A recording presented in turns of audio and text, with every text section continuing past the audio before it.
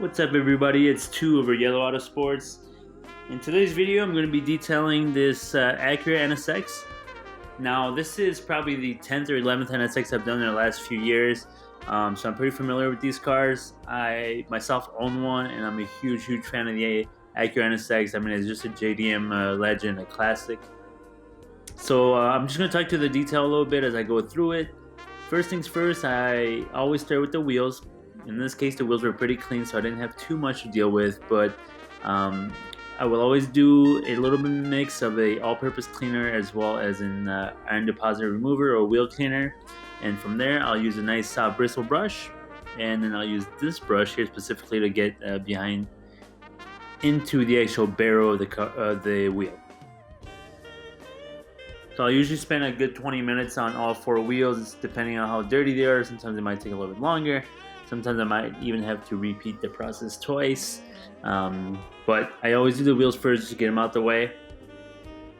And then I move on over to the body. So washing the body, I like to use my power washer. One thing to be careful of when you're using a power washer is just don't get too close to the paint. You don't want to nick the paint. Paint is soft and the power sprayer has a lot of PSI if you're up too close to the paint. Also, you got to be mindful if the car has PPF on the paint, so cleared bra, you do not want to lift that film. So always be mindful if there is film anywhere on that car, you got to be really careful with your spray gun.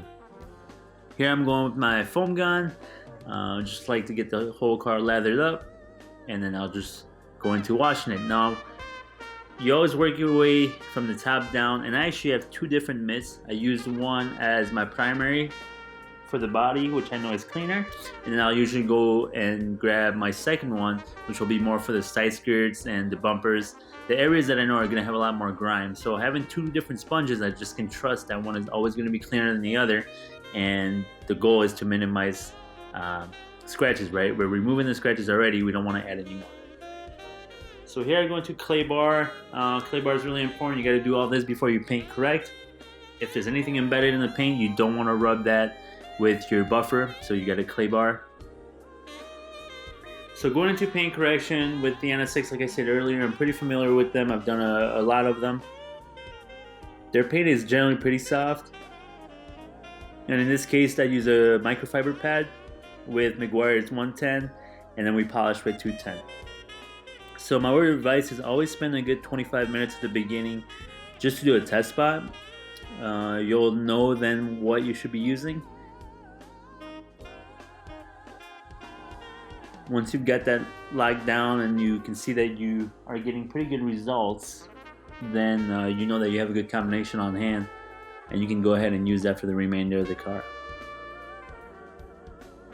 Another important thing to do is before you're going to paint correct the car, if you've got access to a paint meter, which I suggest you get, it's always nice to know how many microns you have on every single panel.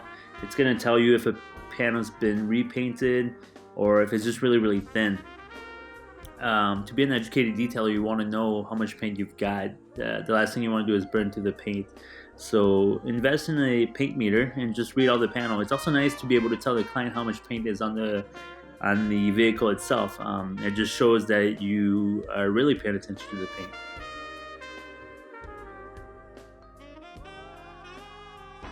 So here I'm just polishing, getting that paint to really pop. I'm using a very soft blue, it's a light blue foam pad with the Megs 210, and we're just really trying to get that color to pop here really hard. On the polishing stage, you know, you're probably correcting maybe only 5%, 10% of the paint. Most of the correction comes in the buffing. So here is just something I do for my clients whenever I do a paint correction. You know, I don't always make this part of the package, but it's usually pretty quick for me. It's about a 5 to 10 minute process. I don't kill myself over this. I just make it kind of nice. It just fits with the whole image.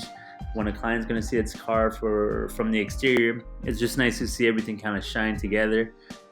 So, you know, spending an extra 5-10 minutes on something little like this is not going to hurt you too much. And if anything, it's something you can highlight to the client at the end when you return the vehicle to them.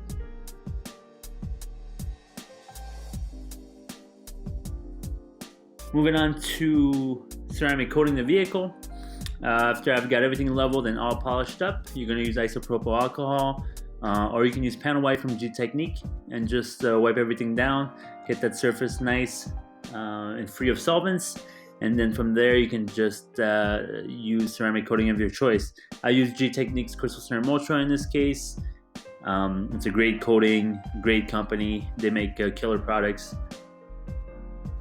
And so the biggest thing I look for here is just any high spots. I don't want anything too dry as a high spot, which is often going to look like an oil slick on water. And if you don't remove that, once it hardens, if you miss it, for one, the client's not going to be happy, but two, you're going to have to knock it down, and that means you got to buff it again because it does harden really, really hard, which is proof that the product works.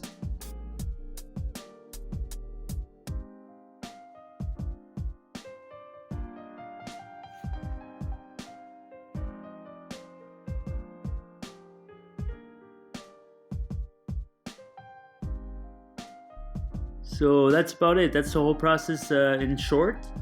If you get any questions, please leave comments below and I will gladly answer. I hope that you enjoyed the video and I hope that I was able to tell you something you didn't already know. If you enjoyed the content, make sure that you subscribe to the video, and we'll finish off with just some nice shots of the car outside.